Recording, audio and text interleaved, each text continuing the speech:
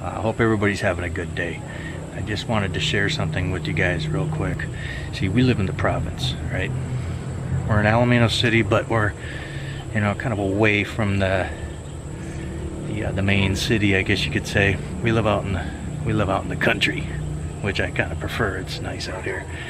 But I was looking out the window just a few minutes ago, and I saw something that kind of caught my eye.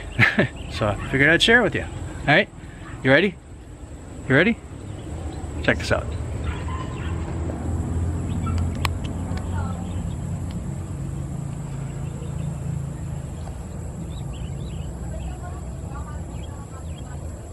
It's a cow in our backyard grazing.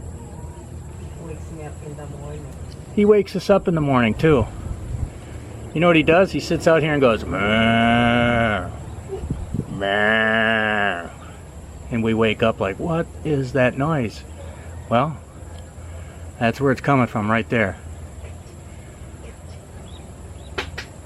That dude right there is the one that wakes us up every morning.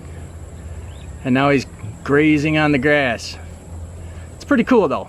I mean, that's what you can expect to see when you live out in the province, especially when you live kind of in the area where we live. So anyways, just thought I'd share that with you.